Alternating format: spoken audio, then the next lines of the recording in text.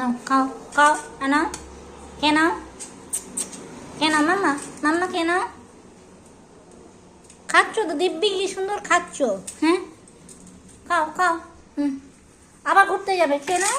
হুম হুম হুম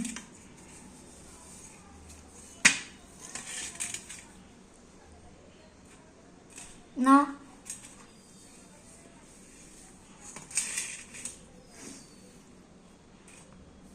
হুম হুম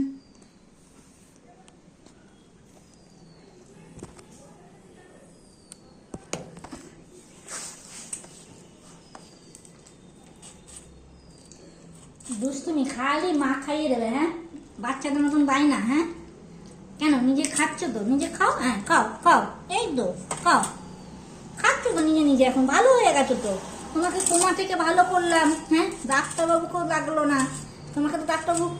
কোমায় চলে গেছিল একদম বলছে নিজে নিজে এক টুকরো মাংস খেয়ে বেঁচে থাকবে হ্যাঁ সেটা কখনো হয় আমার সন্তান নিজে নিজে বেঁচে থাকতে পারে একটা মাংসের টুকরো খেয়ে হ্যাঁ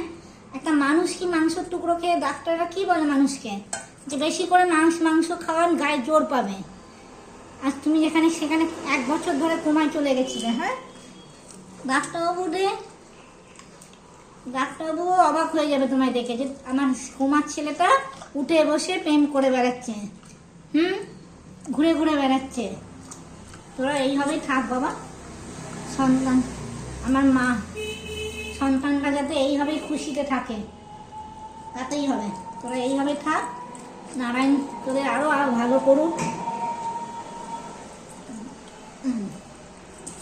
আরো ভালো করুক খাবে এবার নিজে খাবে খাও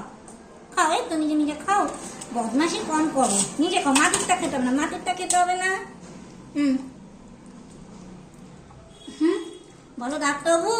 আমার খিদে পেত আমাকে তোমরা বলতে 2 টুকরো মাংস খাইয়ে রেখে দাও হ্যাঁ আজকে আমার এই মা ছিল বলে নার্ভের ওষুধ ক্যালসিয়াম খাইয়ে খাইয়ে আমি জোর পেলাম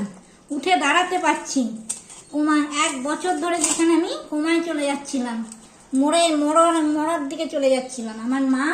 জোর করে করে ভাত খাইয়ে দিত জোর করে করে সময় দিয়ে দিয়ে 2 বেলা এসে এসে আমার মা লোকের বাড়ি সামলে 2 বেলা এসে এসে খাইয়ে দিত আমার ছেলেকে আমি সুস্থ করলাম